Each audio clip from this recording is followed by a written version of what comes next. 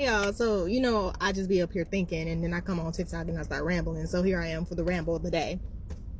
So I was watching the Book of Clarence. Yes, I've seen this movie over 100 times because I actually really think it was a good movie, and a lot of y'all didn't watch it because, well, Christians, whatever.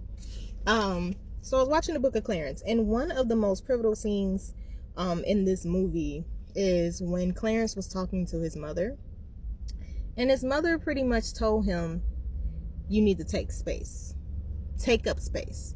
And when I first saw the movie, I was thoroughly confused as to what she meant. I kind of had a gist of what she meant, but then as I continued to watch the movie, I got more of it. And then I started to think about myself and other people that I know and how space works for humans, empaths, people in general. A lot of times we complain about not having enough space, or we complain about, having too much space. And a lot of it goes for everything, from our family, our friends, to our relationships. And I started thinking about what happens when I go to the club with my friends, and then there's a bunch of people. And in that moment, depending on the type of energy, I start to feel smaller and smaller and smaller. Even when I go with my families and family gatherings, you start to smell smaller, smaller, and smaller in that space.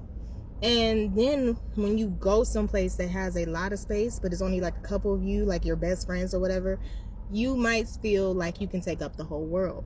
Some people go into the world and they get with a bunch of people or a bunch of areas, and they make themselves smaller, especially in relationships. I had to sit here and I started thinking about relationships, and I'm like, when I get with someone, I create this version of me that appeals to them. I just make myself smaller and smaller and smaller, and to the point where I don't even recognize myself, and then boom, we break up, and life just be like, what the hell happened? And as soon as you break up, you start to break out of that shell that you created, and you start taking up more space in your world. You start doing the things that you like to do. You start becoming who you are, and you let your light shine. You create space. You take up space. You command the space that you're in. And it's I don't know what it is. For some reason, I don't know if this was a taught thing, but when you get around certain people, around certain areas, you make yourself smaller. You make yourself a wallflower, or you make yourself try to be unseen, unheard, and you start to eliminate the pieces of yourself that are supposed to take up space. And one of the pivotal points in that whole movie is that he was pretending to be Jesus. In the Book of Clarence, he was pretending to be Jesus. He was pretty much doing whatever he could just so that he could kind of not really be seen, but still make do with the world and do what he has to do and just get up out of there. You know what I'm saying? And his mom was just like, you need to take up space. You need to be yourself. You need to be known. You need to make yourself known. Make yourself a presence. Make yourself a person, type stuff. So I'm just like, why do we do this? I don't know if anybody else does this, but I know when it comes down to relationships or people that I love or people that I care about, I'm not always myself. But if I'm in a house by myself and there's no energies around, it's just me, and I can self-isolate, that's when I feel the best. That's when I feel like I can be whoever I want to be, whatever I want to be, and there's no repercussions, there's no nothing, no drawback, there's no other energies around you. So I'm like, why is that?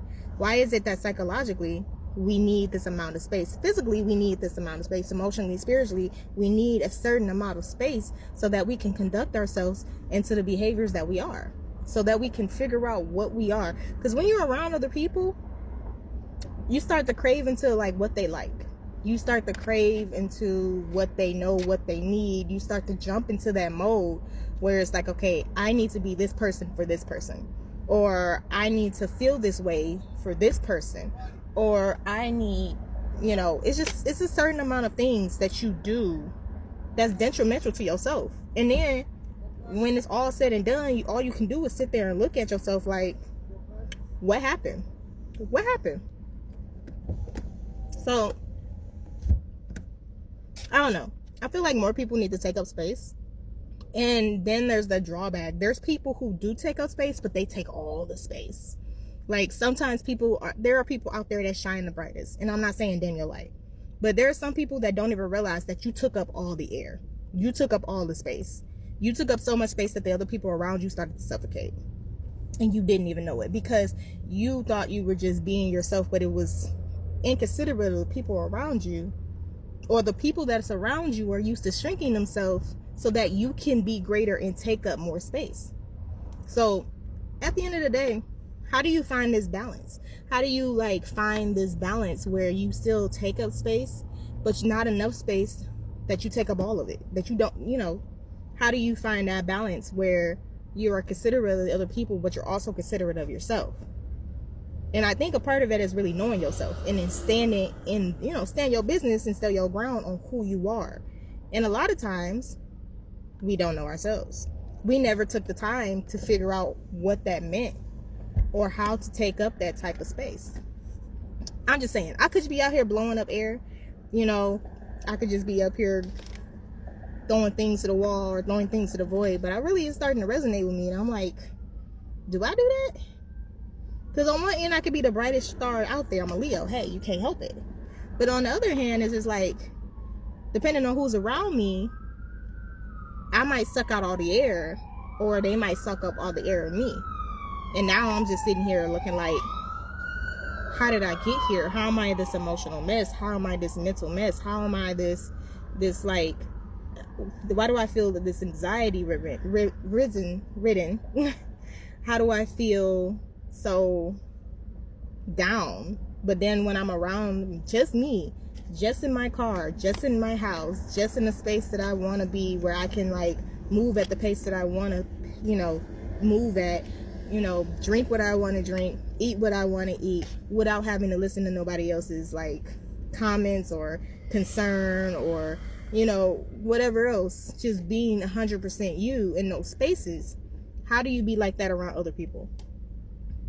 I think a good part of that is really just sitting with yourself, acknowledging yourself, understanding yourself, and then picking the people around you that makes you feel good, but also picking the people around you that understands you. And when you can't be around those type of people, understanding how to shine regardless. Okay? How to share the space with humans, how to share the space with Earth, how to share. That's something that's not really taught. You just feel it, and you don't even really understand what you're feeling. So I'm here to tell the people who have sat here and listened to this for the last 7 minutes that you need to learn how to take up space, baby. Okay?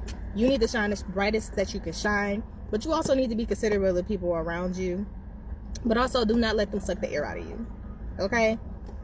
Even if it's a relationship, even if it's a friendship, even if it's the long-standing relationship with your family, when you get to the certain point, your social battery is dead. When you get to a certain point where you feel like you're making yourself smaller, where you feel like you're losing yourself because of this other person or people, or because of the environment or the work environment, it's time to go.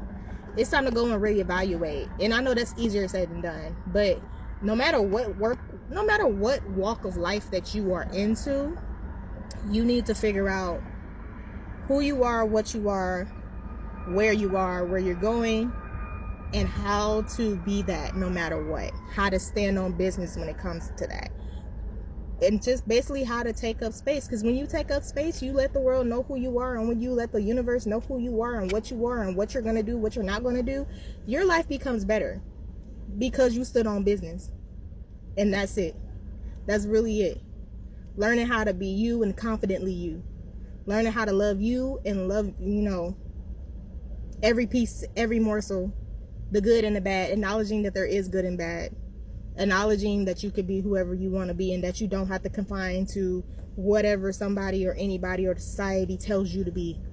Take up space. Because those people that's out there taking up space, they're the ones who are making the world a better place. They're the ones who are making their life a better place. They're the one that took the universe by the balls, and they're sharing the stage, and they're doing what they're supposed to do, and they're acknowledging it, and they're living the way that God's purpose is supposed to be. Taking up space is basically living in your purpose. That's what I got out of it. I could be wrong, but that's what I got out of it. So have a beautiful day, TikTok.